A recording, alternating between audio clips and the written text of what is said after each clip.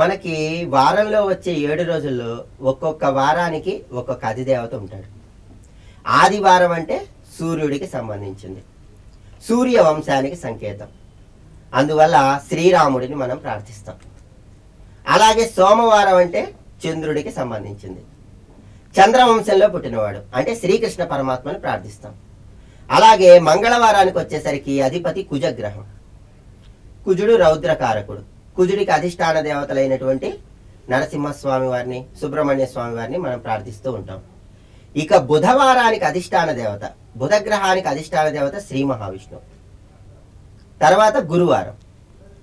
ఎప్పుడైనా సరే శ్రీ మహావిష్ణువుని లక్ష్మీదేవిని వీళ్ళిద్దరినీ కూడా విడివిడిగా పూజించరాదు అని ధర్మశాస్త్రం మనకు తెలియజెప్తోంది. అంటే ఒకరి తర్వాత ఒకరిని వెనువెంటనే పూజించినట్లయితే లక్ష్మీనారాయణులు ఇద్దరి యొక్క అనుగ్రహాన్ని చాలా సులభంగా పొందవచ్చు. బుధవారం విష్ణుమూర్తికి సంబంధించిన వారం. బుధవారం విష్ణుమూర్తిని పూజించాం. వెంటనే వచ్చే గురువారం రోజు ఎవరిని పూజించాలి? లక్ష్మీదేవిని పూజించాలి. ఎందుకంటే విష్ణుమూర్తిని లక్ష్మీదేవిని వేర్వేరుగా పూజించరాదు అని ధర్మశాస్త్రం మనకు తెలియజేస్తుంది. విష్ణుమూర్తిని పూజించిన వెంటనే లక్ష్మీదేవిని పూజిస్తేనే అష్టైశ్వర్యాలు కలుగుతాయి, సిరి సంపదలు కలుగుతాయి. ఆ ఉద్దేశంతో బుధవారం నాడు అది విష్ణుమూర్తి వారం కాబట్టి విష్ణుమూర్తిని పూజిస్తాం. అది అయిపోగానే వచ్చే గురువారం నాడు వెనువెంటనే విష్ణుమూర్తితో పాటుగా లక్ష్మీదేవిని పూజిస్తాం. అందువల్ల గురువారాన్ని లక్ష్మీవారం అనే పేరుతో పిలుస్తారు. మరి శుక్రవారం నాడు కూడా లక్ష్మీదేవిని పూజిస్తాం కదండి. లక్ష్మీదేవికి శుక్రవారం అంటే ప్రీతిపాత్రం కదా అని చాలా మంది అనుకుంటూ ఉంటారు. శుక్రవారం కూడా లక్ష్మీదేవికి ప్రీతిపాత్రమే. దానికి కారణం ఏంటంటే శుక్రవారం అంటే శుక్రగ్రహం. శుక్రగ్రహం భృగు మహర్షి వంశానికి చెందినటువంటిది. భృగు మహర్షికి ప్రీతిపాత్రమైనటువంటి వారం శుక్రవారం.